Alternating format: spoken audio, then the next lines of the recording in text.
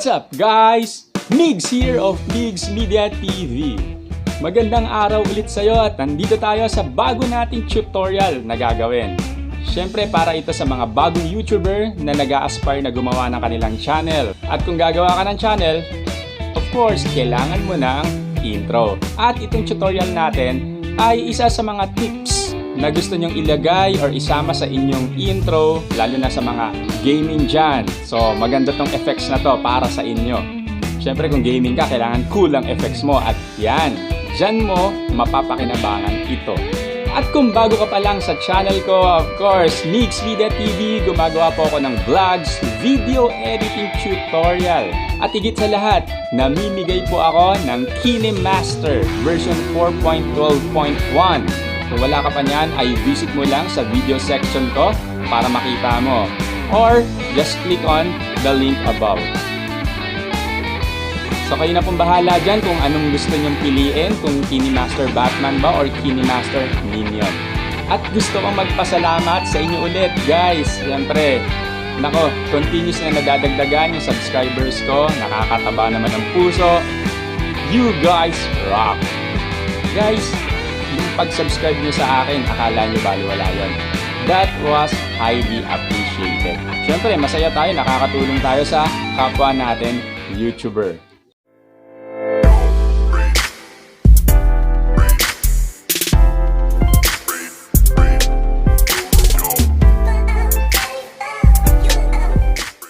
Ayan ang aking intro. So, ibig sabihin yan, time to start our tutorial.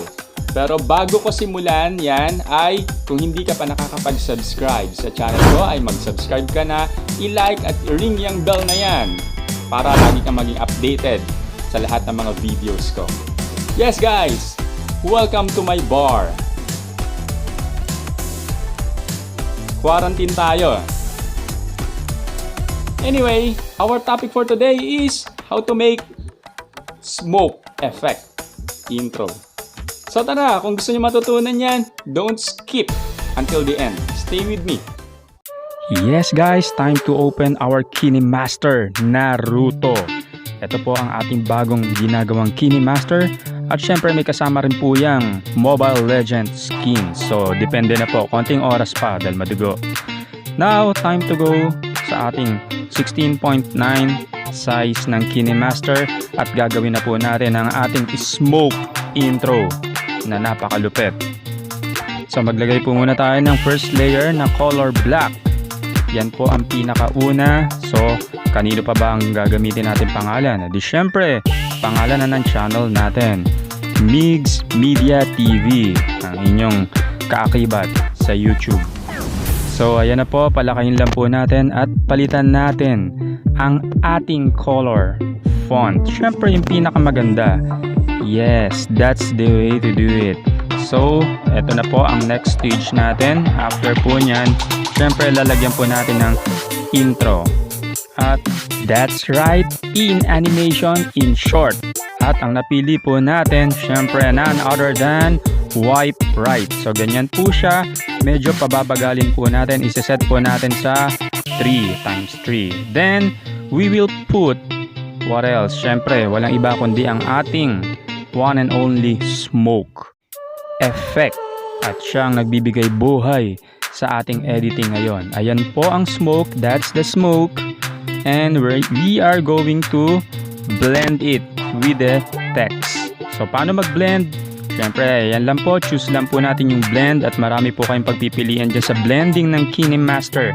So, pinili po natin is screen blending. So, ganyan po. Medyo mabilis po yung font natin na uuna kaysa sa smoke. So, what are we going to do is babagalan po natin. Isa-set lang po. Nakita nyo po yun, ha? Chinus nyo lang po yung meme. Then, yun.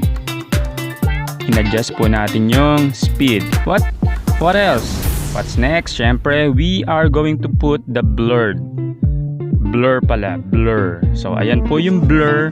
Nandyan lang po. Libre lang po yan sa Kinemaster para magmukhang realistic yung smoke natin. At hindi lang yan, yung letter na nanggagaling sa smoke, kailangan medyo blur. Hindi siya dapat clear. So ganyan po guys ang gagawin natin. Take note lang po. nakita nyo po yung pinindot ko, yung tatlong tool dock, then yung key icon kanina. So, ganyan lang po, i-move lang po natin. Then, i-move din natin yung sa shape ng blur. Ayan lang po, para gagalaw po siya ng kusa. I-move po natin yung video, then i-move po natin yung mismong pang blur natin hanggang sa dulo, so on and so on. So ayan po, ganun lang po, natapos na po siya. So panoorin po natin. Ayun po yung blur nya, medyo may blur, pero depende na po sa inyo yon kung i-a-adjust nyo pa ng mas blur pa ng konti. Next, what's next? Syempre, para mas maging realistic, we are going to put syempre itong another effects aside from blur. Eto po, yan, yung ocean. Para medyo tawag dyan, mag-i-scribble, parang wiggle yung letters. So, ayan lang po. Ida-download nyo lang po yan. Libre po yan sa app natin. Ako po, na-download ko na. Kaya, ayan na lang po. Pipiliin ko na lang po. Ayan po ang mangyayaring effect sa kanya. So, imagine yung blur combined sa wiggle na yan. Ayan. Ewan, wiggle ba tawag dyan? So, i-mix po natin yan para maganda ang dating ng effect. So, what's next? Siyempre, yung tatlong tool dock. Then, choose rin po natin ulit yung oops! Teka lang guys. May kailangan tayong i-adjust. Kung i-adjust nyo po siya, choose nyo lang po sa settings. Then, ayan po. Masyadong matatalim yung nangyayari sa kanya kanina na effects ng pag-wiggles. Dapat medyo mild lang para sa smoke. Ayun, nakita nyo naman po kanina sa settings lang, in-adjust ko lang po, binawasan ko. So, dito na po tayo, back po tayo sa start. Siyempre, pindutin po natin yung tatlong tool dock, then the key icon ulit. Then, i-move po natin, just the same way sa paggawa natin ng blur.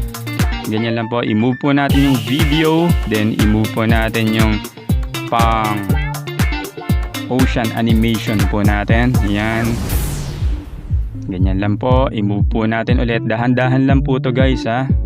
Then i-move po natin ulit. Kung mapapansin nyo po yung file nya, nagkakaroon ng tatlong tool dock, mga red dots. So meaning to say, doon po siya papunta hanggang dulo. Yes, after po nito guys, hanggang dulo na po ito. Next po natin gagawin, syempre, lalagyan po natin ng effects. So teka, panoorin po muna natin para maganda. Okay, check po natin kung maganda yung kinalabasan. Nice, I like it. Ayan po guys, tapos na po tayo sa ating effects. So time para mas pagandahin pa po natin ang ating video. So syempre, color filter po. Choose po, syempre, kung ano po yung type nyo. Ako, ito po, number 4. Napili kong color. So nag-iba po yung color ng smoke.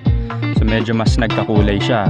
Kung nagkakulay po siya, syempre dapat i-match po natin yung color ng font po natin. Para syempre, we will have a balance effect. Aside from that guys, we can also add an effect sa ating font. Syempre, pwede natin lagyan ng ating outline and pwede rin natin lagyan ng shadow. After that, tapos na po tayo guys. Ayan, at panibagong kaalaman na naman ang natutunan natin at syempre, masaya ako nakapagturo ulit sa inyo. Umasa kayong more tutorials to come dahil marami pa tayong nakapilang tutorial. At pag nalulungkot lang kayo, just watch Migz Media TV para may matutunan kayo at medyo makaliw naman kayo kahit konti. So guys, time for you to do it, to do that VFX effects. Pag nagawa nyo na po yan, ay pwede nyong ipadala sa akin. Baka magustuhan ko yan at i-feature ko pa siya next video.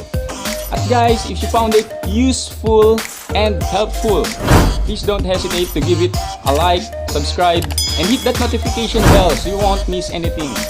This is Migz saying practice makes everything perfect. Always stay safe, stay at home, and watch Migz Media TV. Now, I am signing off. Peace, bro.